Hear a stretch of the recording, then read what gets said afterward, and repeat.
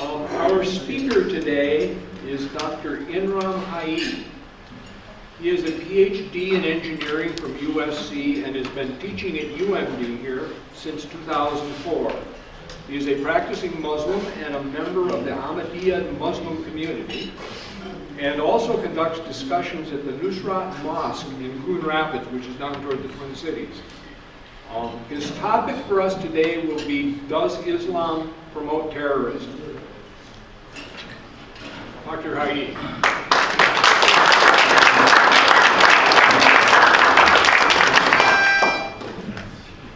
Good morning, and thank you very much. I appreciate you giving me opportunity to come here and speak to you about Islam. I can understand from the reflection that the kind of thinking you have about Islam, people freeing themselves from Islam, and I'm here trapped in Islam and talking to you about whether Islam promotes terrorism or not, right? That's what, I'm really trapped into Islam. As in my introduction, Jim mentioned I'm practicing Muslim, and I am. Yeah. And there are quite a few practicing Muslims who are trapped in Islam. The question today is that, and most of them probably talk about Islam means peace, right? We have heard about it. Islam literally means, the Arabic word means peace. But you're not really interested in that, right? Especially what's going on around you. You want to see, this is the question which you have on your mind. Whether Islam promotes terrorism or not, right? We don't care about if it means peace or not. Whether it promotes terrorism or not, that's the question on your mind. Before I answer this question, the way I'll do is I'll try to present my case, and then I'll rest my case, and then I'll open up for questions. I will take probably about 45 minutes or so. Hopefully plus minus 5-10 minutes, and then I think we'll have a discussion. So is that comfortable? Okay. But in between, I might invoke a couple of small questions, maybe show of hand or something. And like that, I have one question right here. This is the picture everybody can see. Jihad. Is this jihad? Show of hand. Is this jihad? Raise your hand if you call it jihad. If you think it is jihad. Is that raise of hand? David has one. I can see only one hand. That's it? Really? Then my job is really done. I can have a private discussion with David. All right. So, but jihad, right? Jihadists, the news network, whenever the terrorist incident happened, and then you hear about, jihadists did this, jihadists did that, right? That's what, usually jihad and terrorism are kind of intermixed together. It is difficult to differentiate between them, what's going on, what you hear from news media, from bits and pieces of that news and media. So basically, they are intermixed, right? Is that fair analysis? Is that okay? All right, now let's move forward a little bit and try to start from jihad first. If you Google it and you look at I think this is Webster Dictionary, the definition of jihad, it says that a war fought by Muslims to defend or spread their beliefs. And then full definition, basically it says a holy war waged on behalf of Islam as a religious duty. Also a personal struggle in devotion to Islam, especially involving spiritual discipline. So this is the kind of definition, but I think what stands out is really it's a holy war. The concept of holy war never existed when Islam was introduced. Actually, it came centuries later. The first time the word holy war was used was, in a sense, I think was translated, was actually crusades. You can go back in history and look at that. Islamic wars, if they were, I'll mention those, they were never called holy wars. And what they were called, we'll get to that also. But the word jihad has been existing in Islamic world since its inception, since Prophet Muhammad introduced Islam. In Quran, which is the word of God which was revealed to Prophet Muhammad, that's where jihad was mentioned, and jihad was practiced throughout their lives, throughout the life of Prophet Muhammad and many centuries after that. What is being followed now in some sense is perhaps not jihad. I'll make a case stronger than this. I'll just, don't say with my words, I'll make a case stronger than this. And that's what I'm going to do. But first let's see, the word jihad is an Arabic word. Just like Islam is an Arabic word, means peace. Jihad means, anybody familiar with Arabic here? A little bit? Okay. Shwai, all right. So shwai means a little bit. So jihad is the word which means struggle, literally. Struggle.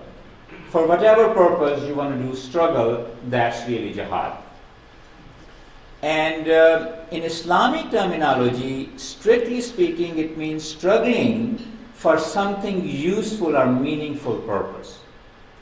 So, of course, when you look into Islamic scripture, there are three categories of jihad.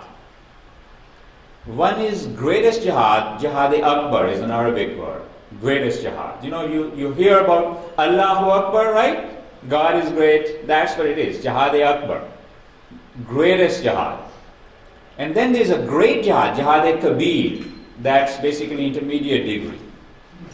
Akbar is superlative degree. And and the lesser jihad, jihad-e-asghar. These are three categories of jihad.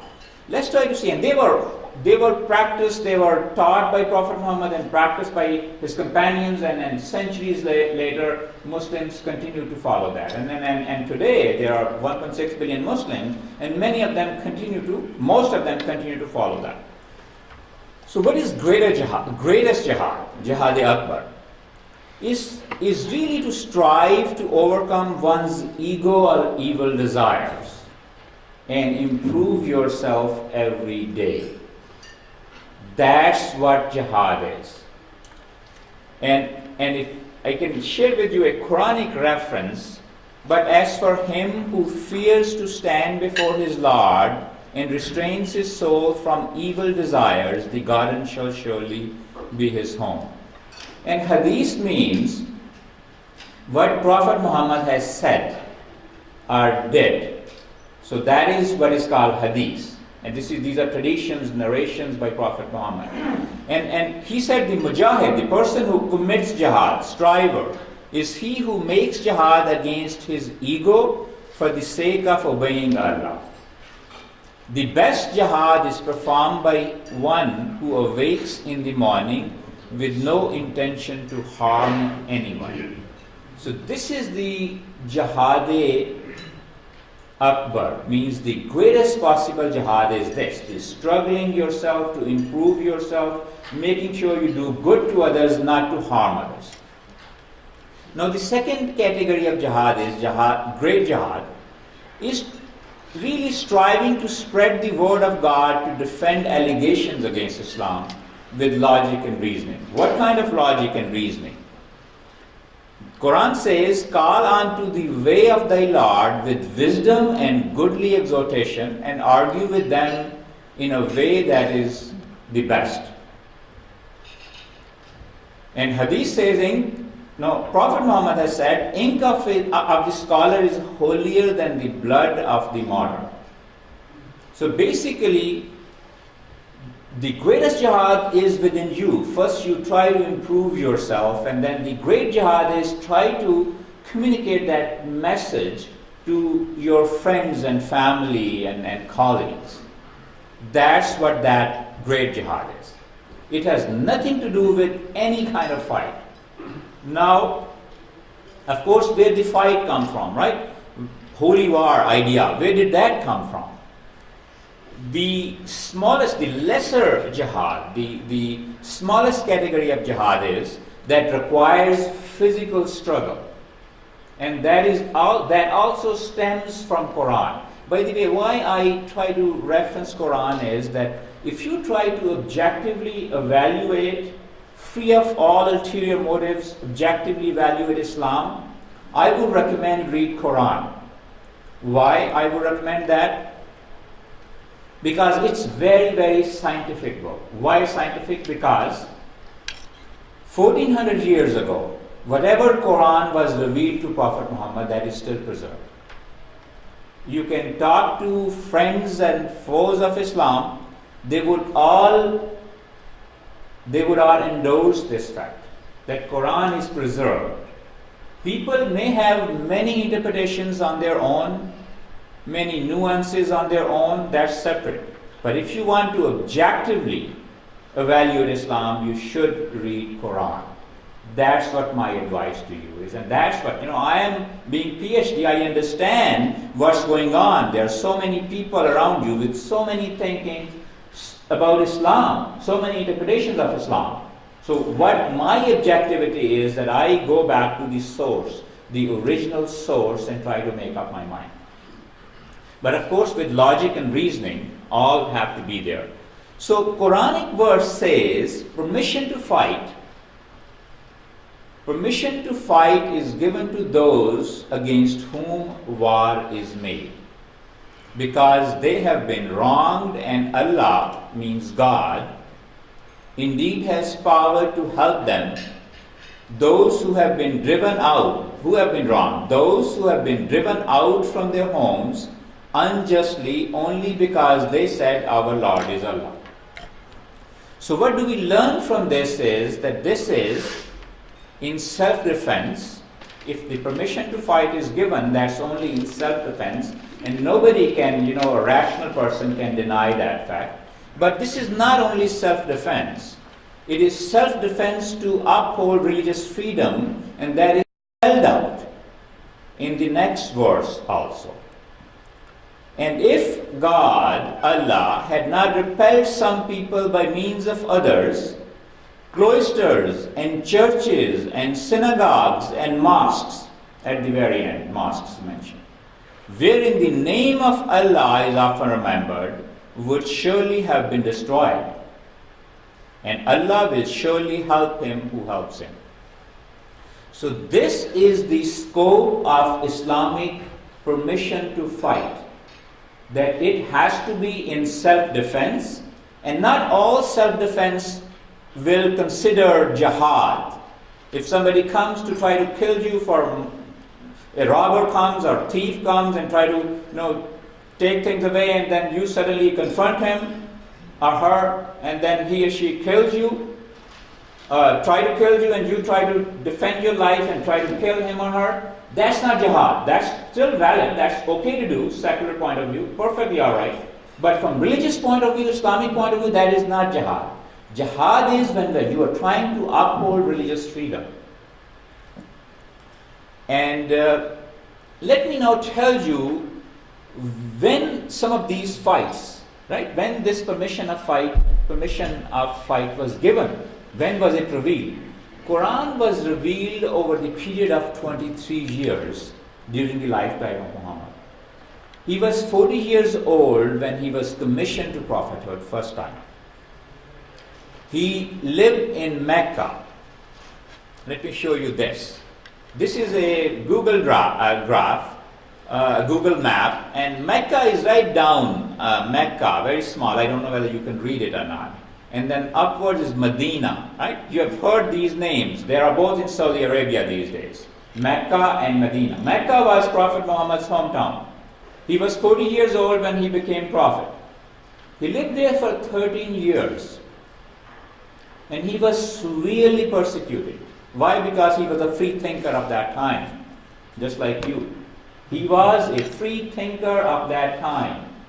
He basically introduced a revolutionary idea of Islam. And that offended many people who had their strong egos and vested interest in businesses, and they are making money, that's all. They are basically, humanitarian. They were violating all possible humanitarian values, and he was trying to talk about the rights of women, rights of animals, even rights of slaves, and everybody. And actually, if you're interested, you should see this BBC documentary on the life of Prophet. It's 3 hours, two episodes of 3 hours each. It's available on YouTube, Google. You're more than welcome to see that. What happened to him for that 13 years to that free thinker? Basically, he was severely persecuted, all possible, the physical abuse, mental abuse, he was even put in solitude for 3 years, him and his whole companions who followed him, who went along with him, for 3 years, totally solitude. Nobody was able to, do any trade with them, nobody was able to, intermarry with them. So this was absolutely persecuted, really. So really, why they were persecuted? Because they pronounced new religion, this free thinking. So, and no permission of fight was given at that time. And then they kicked him out. He had to go to Medina, which is about, here it says about 4 hours, 5 hours. Today, of course, is a modern road there, but that time it was not as modern. It would probably take him 10 days, a month or so. So he was kicked out to Medina.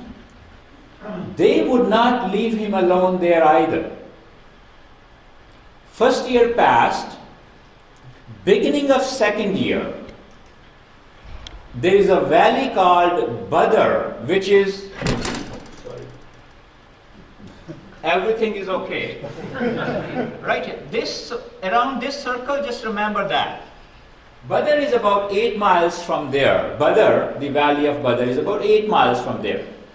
Those people tried to kill Prophet Muhammad and his companions. They wanted to wipe the name of, because he was becoming influential. This freethinker was becoming influential because of his philosophy. Many people, especially poor and the oppressed part of the community was following him. So they became, those megas in Mecca, they became his staunch enemies. So they wanted to kill him and his companions. They came to fight. And of course, there was a decisive win though. There were about 70 men from Muslim, actually not 70, 300 men from Muslim side, and there were 1,000 army of 1,000 came during this battle of Badr. The third year, they were defeated. They went back. They said, "We'll come again next year." Next year. It was about April time frame. That was probably a good time for them to come out with that from weather-wise. They said, "We'll come again next year." They came again. And then this Uhud, which is about a mile just outside of Medina, that's where they defended. Muslims defended themselves. Again, they were not able to wipe out the name of Islam. They had to go back. And then, 5th year, they came again. Now, in second battle, Uhud, they were about 3,000 men who came, and 700 were on Muslim sides. And now they came about 10,000, and they overpowered so much because they collaborated with all the surrounding tribes. They said that we're going to just kill them all. And then Muslims had no resort to go. And then Prophet Muhammad, consulted with his companions, what should we do? They said we should not go out of Medina. Let's stay inside Medina. And then what we will do is, we will dig a ditch around Medina. They were actually natural protection. From one side there were, mountains, and then there were forests, and then one side was open. And then they basically dig a ditch there. Very, very deep ditch. Nobody could cross that. Even horses could not cross that. And this idea came from a Persian companion of Prophet Muhammad. This is why this is called Battle of Ditch. This was right in Medina. Then they defended. It went for about a month, and there was no fight, literal fight in this, because they had their camps just outside the trench, and Muslims were inside. Of course, they were all taking turns in making sure nobody, crosses that. But there was no fight technically. And then they had to go back, because when they ran out of their food and there was a storm and everything, all their food pots were blown away, so they basically left disappointed. These are the wars which were fought in the time of Prophet Muhammad. And they basically, right after, just Battle of Badr, when they came, basically, right before the second year, those verses were revealed. That the permission of fight is now given to you for these purposes. Now, of course, what about violent verses of Quran, right? I'm trying to portray a rosy picture, looks like, right? What about the violent verses of Holy Quran? Kill the infidels, right? I heard the word in reflection also, infidel, right? Kill the infidels. You must have heard this a lot of times, right? So, thinking probably that every Muslim, this is obligated to kill the infidels. Now, where does that come from? Before that, where does that come from? I'll take a pause and introduce you this thing. This is a tweet which is by Dr. Craig Considine. He is a professor in Rice University in Houston. I just read this tweet and a few months ago, and this is exactly his tweet. I just hit something. You must kill and destroy those who worship another god. And then right hand side, be righteous and act justly towards those who worship another god. What do you think these quotes are from? Anybody? Any guesses? Where these quotes are from? Both from the Quran? Which one, right or left? Well, right for sure. I'm not sure about the left. About the left? Where is the left from? Old Testament. Huh? Old Testament? That is correct. It is Old Testament. Why I showed you this? Why I showed you this? Because cherry picking could be misleading. That's why I suggested you do read Quran. And that kill the infidels come from something like that. This is the verse of Quran. And kill them, disbelievers. Sometimes infidels, you translate that to infidels. Disbelievers, that means. People who do not believe Prophet Muhammad. Wherever you meet them. So this is cherry picking. Let's try to look at the full context. I cannot share with you Exodus full context. I'm not expert on Exodus, but I have read Quran. I can share with you what does it say. Let's try to read the full verses. And fight in the cause of Allah against those who fight against you, but do not transgress. Surely Allah loves not the transgressors. And kill them wherever you meet them, and drive them out from where they have driven you out, for persecution is worse than killing. And fight them not in and near the sacred mosque until they fight you therein. But if they fight you, then fight them. Such is the requital of the disbelievers. But if they desist, then surely Allah is most forgiving, merciful. And fight them until there is no persecution, and religion is freely professed for Allah. But if they desist, then remember that no hostility is allowed except against the aggressors. If you read this fully, do you find this objectionable? This fits very well with the theme which I shared with you, that self-defense war to uphold religious freedom. That's all what the scope of Islamic jihad, which means physical fight, is. And now, even at that, even in self-defense fight, peace is preferred at all costs. And if they incline towards peace, this is during the fight also. If they incline towards peace, incline thou also towards it, and put thy trust in Allah. Surely it is He who is hearing. If somebody really raises a white flag, then you be peaceful. That's it. You cannot fight. And now, actually, this is probably also makes sense to you, because it's that's the strategy of everybody who is a peace-loving humanitarian person. But now another verse, which is the next verse, is basically, no general would even today would recommend that, but Islam does, and Prophet Muhammad did. Says that even if they seek to deceive thee, then surely Allah is sufficient for thee. Even if you doubt that this, raising of white flag of peace, is there some strategy to deceive you? Don't worry about that. Peace is important, and that was his advice. That was his strategy. And there were many peace treaties done during the lifetime of Prophet Muhammad. Now, let me ask this, considering what I showed you, that all those, this is about, I think, 250 miles, and those wars were, they were major battles, major wars. They were about within 8 the Uhud was, Badr was 8 miles, Uhud was right about 1 mile, ditch was basically right inside Medina, they had to dig a ditch. Do you call these aggressive wars, do you think? Can somebody with rational mind can think that these wars could be aggressive on part of Prophet Muhammad? Logic does not support that. You can think whatever you want to, but logic does not support that. These are historical facts I'm sharing with you. Now let me share with you this question. Did Prophet Muhammad ever wage a war of aggression? And this is the person who was not Muslim. Ruth Cranston, I don't know whether you know her or not, but she is a very famous historian and feminist. Muhammad never instigated fighting and bloodshed. Every battle that he fought was in rebuttal. He fought in order to survive, and he fought with the weapons and fashion of his time. Now, did Islam spread by sword, right? Many people are trapped in Islam. Many people.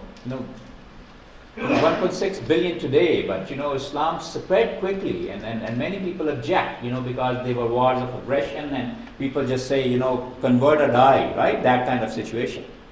So did Islam really spread by sword? I want to share with you again a quote by Gandhi. Gandhi, you probably know him. He was not Muslim either.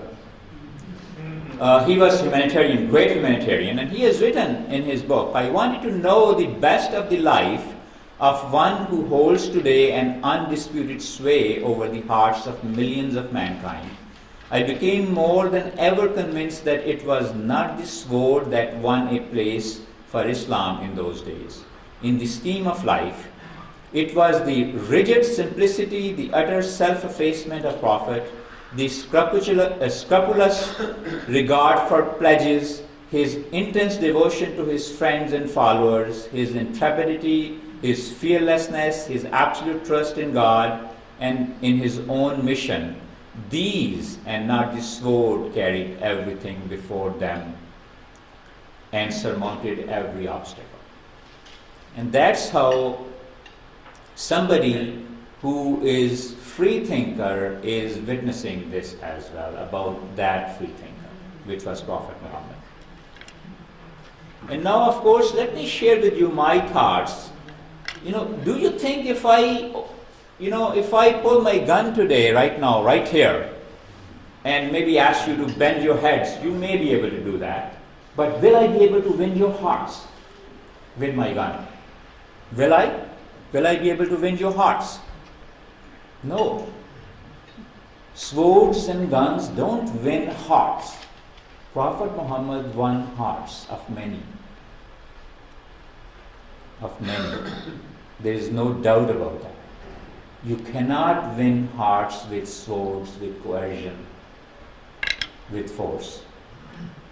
And that's what I would like to share with you, my thought. I belong to Ahmadiyya Muslim community, and this was the 4th worldwide head of Ahmadiyya Muslim community. He has written in his book, which is Murder in the Name of Allah, was originally written in another language, Urdu. It was translated with this name, Murder in the Name of Allah. And there is an excerpt here. No sword can change a heart and turn belief into disbelief. There was a long chain of prophets before the Prophet of Islam, and it is a historical truth that every prophet was opposed by force. Every time a prophet taught the true religion, he was opposed by the sword, and yet true religion spread and the sword failed to cut it back.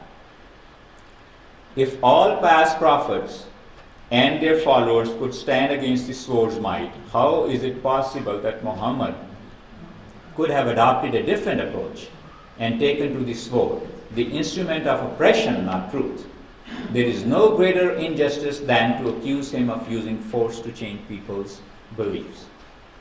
Now, of course, all this is my perspective of history. Now, what you see is what ISIS is doing today, right? That's what you see. ISIS is doing this. ISIS uses brutal force to wipe out everyone, regardless of religion, who dares to disagree with them. Whatever their viewpoint is, whoever dares to disagree with them, they try to wipe them out. Being Muslim or non-Muslim, doesn't really matter. And of course, they have many Muslim clerics they have executed. They have destroyed places of worship, not only mosques, but churches, and synagogues and temples. All of them. And if, by the way, jihad, that Islamic jihad, the lesser jihad, is allowed, in my understanding, that is allowed against ISIS. That's what the scope of Quran is. That what they have been doing they are actually persecuting religious minorities. And even, they think everybody who thinks differently than them about Islam is infidel. So that's what they are doing. By the way, there's no doubt Christians are being killed by them, and minorities are being killed by them, but vast majority of ISIS, a vast majority of victims of ISIS is still Muslims. About 8-1, I think, is the ratio. But it's a sizably more. They are still Muslims.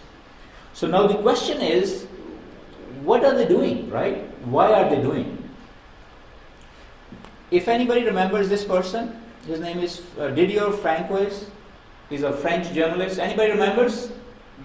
No? No? He interviewed Christian Amanpour of CNN, and I saw that interview last year. He was captured by ISIS, stayed there in captivity about a few months, and then he was released. And then he had the first interview with Christine Amanpour. And she wanted to ask her, did they try to teach you Quran? Did they try to hammer, basically? I think the word she used, hammer in Quran in you? And this was his answer, a journalist, They did not even have the Quran. That was his answer. Boko Haram in the other part of the world, Africa, this is the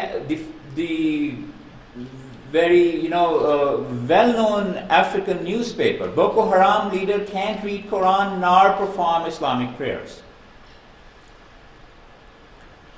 This is the picture of the left side, is the picture of the Nice attacker. Remember the Nice in Nice, France? That person, terrorist, jihadist, who was termed as jihadist, he basically kind of, ran his truck on pedestrians and killing probably 80 or so. This is Nice's mayor. The Nice attacker did not practice the Muslim religion and had an out-of-control sexual life. If you really read that, he was a domestic abuser and alcoholic and drug taker. Everything which he did basically was about which Islam advises against. And suddenly now when he killed people, he must have done because Islam taught him to do that. That's not rationality. That's basically, in my understanding, lack of knowledge, and it's sheer ignorance in some cases. And I think that's what we need to that's why I appreciate this opportunity to come and giving me this, this is a collateral education, I would call it. There is a lot of collateral loss of wars which we made. But this is really an opportunity. This is a collateral education which I'm giving an opportunity, I've been given an opportunity for. And this is actually a routine thing. Every attacker, this fellow? Anybody knows this fellow?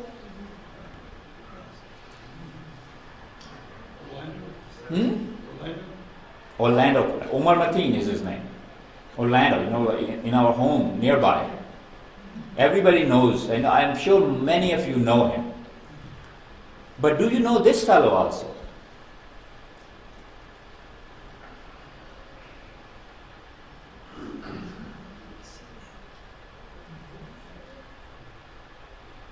No? Yeah, you can't. He was involved in the same Orlando incidents. as this guy was. He killed about 49 or 50. And this guy saved 70 plus, at least 70 plus. And he was interviewed very few places. You know, you don't really see that him being projected in the media. His name is Imran Yusuf. His first name is same as mine.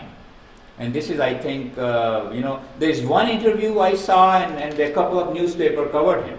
He is a veteran, and then he was working as a bouncer in the same nightclub. He risked his own life and saved many. So who was doing according to what Islam teaches? No, immediately we think suddenly that guy, Umar Mateen, who was again a domestic abuser and drug taker, and then suddenly we think, well, no, he must have killed because Islam and Quran have taught him to do that. That's basically, what kind of logic and rationality is that? That's why I came here. I want you to be ambassador of these things. You know, if the most civilized world become irrational, I think then, there is no way humanity can be saved. I think we need to really tackle with ISIS in the way it should have been. Again, this person, you probably don't know, but he wrote a Washington Post article, op-ed, and he said that he reported, his name is Muhammad A. Malik, he reported this guy Umar Mateen a couple of years before he committed the heinous act. And the FBI confirmed his story, and then Washington Post published this article. So Muslims are doing what they're supposed to do, but I think this is really what is being projected in the media is important. What we want to hear also, I think this goes both ways too. Media sells that, right? Media wants to make money. There's no doubt about that. And unless you would like to see that, media won't show you. I think playing with emotions is easy. In this civilized world, think about that. In this civilized world, you can play with emotions. And those guys, ISIS, that's much easier for them to play with emotions of people who are undergoing this. Let me share with you this slide now. What is this? This is a list of some terrorist incidents right after this Florida nightclub incidents, June 13, 2 years ago, right? Florida gay club attack, killed 49. June 28, Istanbul, this is a 1 month snapshot. June 28, Istanbul airport bombing, killed more than 50. Baghdad, July 3rd, Baghdad bombing, killed more than 300. July 4, suicide bombing in media, killed 4. Medina. July 15, Nice attack, killed 84. Germany mall attack, July 22nd, killed 9. Kabul blast, killed more than 60. Think about that. There's a difference. All these attacks are by ISIS. They've taken responsibility, and everybody knows this is by ISIS. So think about that. Killed 49 right here in Florida. More than 50. More in Istanbul, Baghdad, more than 300. Medina killed 4. Nice attack, killed 84. Germany killed 9. Kabul, more than 60. Think about that. You round off in nearest tens or nearest 100 sometimes, when this happens in a Muslim country. But here, kill 49, kill 9 in Germany, killed 84 in Nice. And you sometimes know even, their family member, the pictures, their names, their family history, even sometimes their pets' names. But what happens when more than 300 are killed in Baghdad bombing? Rounded off to nearest 100. What kind of equality is that in human life? We become the most civilized. We are Americans. We are the most civilized nation on this earth. What kind of equality? Is human life different than the other? I think that's what happens. I have a deliberate gap here. Let's look at this gap. Erroneous US airstrikes on Syria killed at least 85, July 19.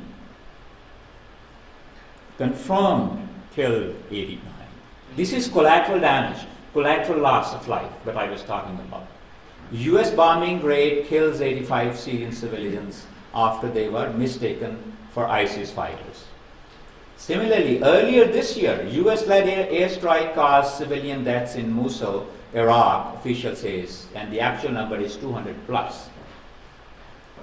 What happens when this thing happens? What's the difference? What's the difference to the victim or victim's family? Whether the ISIS terrorists are killing them or US bombs are killing them. What's the difference to the victim? Think about from the victim's point of view. It's a very nice 1 minute video which I like to show you. It's a very well made.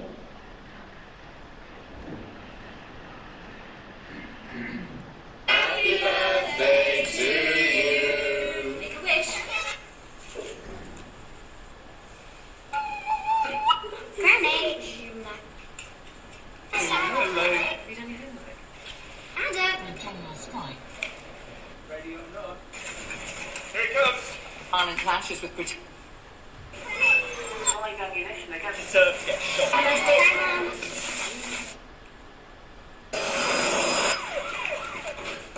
Airstrikes on rebel position.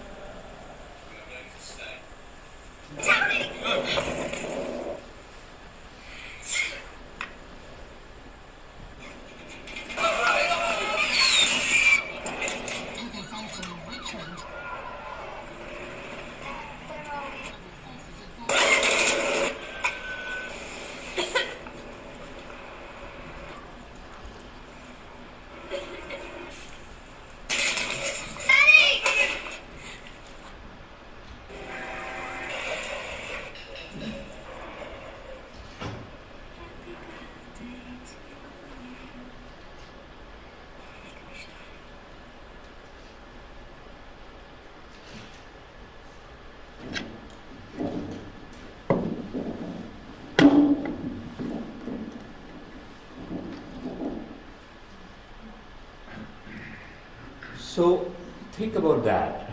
Think about that. To play with people's emotions is easy even here in civilized world where you are the most educated country and access to information of all sort of information, at just a click of a finger. There in the other part of the world where people are the literacy, people can't even read or write. These things happen and they go to ISIS, advantage. They come to these people. Oh, these Americans have killed your family. They destroyed your homes. Let's go and bomb them and fight with them and kill them. That's what their weapon is of recruitment. I think if there is no doubt about that what ISIS is doing is heinous act against humanity. But it's against humanity. It's not against America or anything else. It's against humanity. As long as we realize that and we have a rationalized response to that, I think America has power. In my understanding, America is genuinely superpowered these days. If they employ their resources in the right fashion, that can be cured. I believe bombs is not a way to go. I think that basically may kill few terrorists, but it creates many more. This is what I think. And I just want to share with you now this. The Muslim population is 1.6 billion worldwide. And terrorism in perspective is this. These dots, basically you see ISIS. This is, rational estimates of how many fighters do they have.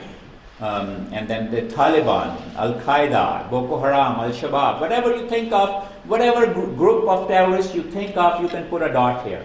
All of them combined is much less than 1%, much less than 1%.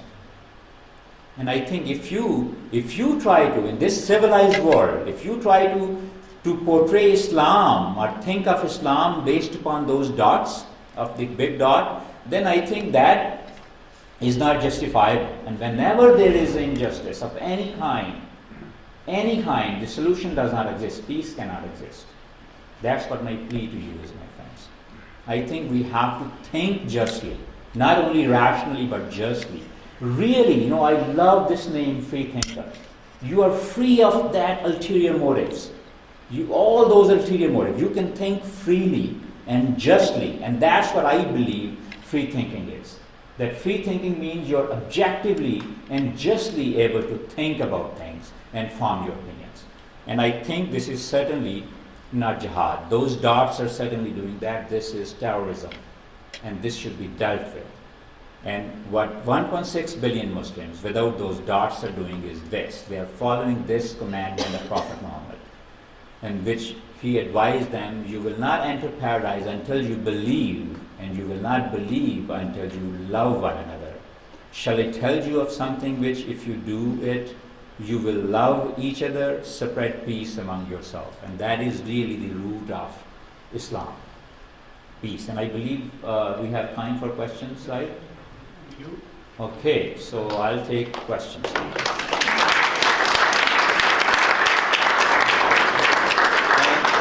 And I can tell you that no question can offend me. If you ask a question which is on your mind, this is better. You are doing me a favor. You are giving me an opportunity to address that so that, this question might be in other people's minds who are thinking that it might offend me, may not ask, right? So please go ahead and ask any question which is on your mind.